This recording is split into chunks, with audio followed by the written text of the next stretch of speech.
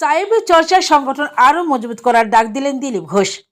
রামনগরে বিজেপির কর্মসূচিতে কর্মী সমর্থকদের বিপুল উপস্থিতি রাজ্য সরকারকে কড়া বার্তা।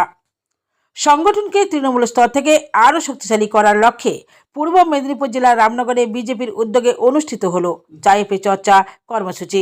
এই কর্মসূচিতে প্রধান অতিথি হিসেবে উপস্থিত ছিলেন ভারতীয় জনতা পার্টির প্রাক্তন রাজ্য সভাপতি ও মেদিনীপুরের প্রাক্তন সাংসদ দিলীপ ঘোষ। তার সঙ্গে ছিলেন বিজেপি জেলা, ব্লক ও মণ্ডল স্তরের নেতৃত্বের পাশাপাশি বিপুল সংখ্যক কর্মী সমর্থক। চায়ের আড্ডার স্বতঃস্ফূর্ত পরিবেশে দলীয় কর্মীদের সঙ্গে ঘনিষ্ঠ মত বিনিময়ের অংশ নেন দিলীপ ঘোষ। সংগঠনকে আরও শক্তপোক্ত করা, তৃণমূল স্তরে বিজেপির বিস্তার, কর্মীদের দায়িত্ব ও ভূমিকা, এইসব বিষয়ে বিস্তারিত আলোচনা হয়।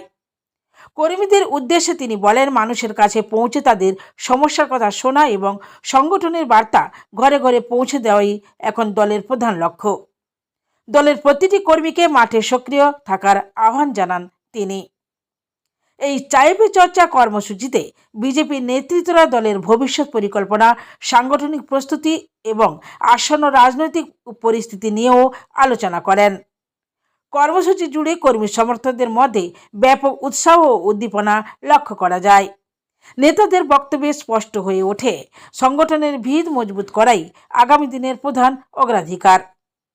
এদিন পাশাপাশি যুব ভারতী স্টেডিয়ামে সাম্প্রতিক বিশৃঙ্খলা কাণ্ডের প্রসঙ্গ টেনে রাজ্য সরকার, মুখ্যমন্ত্রী ও পুলিশ প্রশাসনের ভূমিকা নিয়ে কড়া সমালোচনা করেন দিলীপ ঘোষ।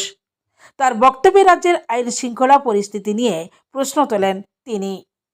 সব মিলিয়ে রামনগরের চায়ে পে চর্চা কর্মসূচি শুধু এক আড্ডা নয়, বরং বিজেপির সাংগঠনিক প্রস্তুতির একটি গুরুত্বপূর্ণ বার্তা বহন করল, দলকে আরও সংঘবদ্ধ করে মানুষের কাছে পৌঁছানোর স্পষ্ট ডাক।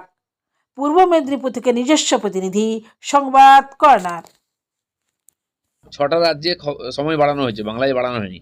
কারণ এখানকার জনতা খুবই কনসাস দায়িত্ব সম্বন্ধে, অধিকার সম্বন্ধে। তারা সেই কাজ করে দিয়েছেন। মমতা ব্যানার্জির কথা কেউ শোনেননি। বিরাট জনসভা, সেক্ষেত্রে তৃণমূল কি বিদ্ধ হবে বলে মনে করছেন? মোদির সঙ্গে খসড়া তালিকার কি আছে? সারা দেশে খসড়া তালিকা হচ্ছে, মোদিজি সারা দেশে ঘুরছেন, কিন্তু খসড়া তালিকা শুরু হলে আরও খেল শুরু হবে। সেখানে যে ভুয়ো ভোটারের নাম ঢোকানো হয়েছে, মৃত ভোটারের নাম ঢোকানো হয়েছে, তাতে বহু বিএলও কান ধরে টান পড়বে আর বাড়ির ভাত নয় জেলের ভাত খেতে।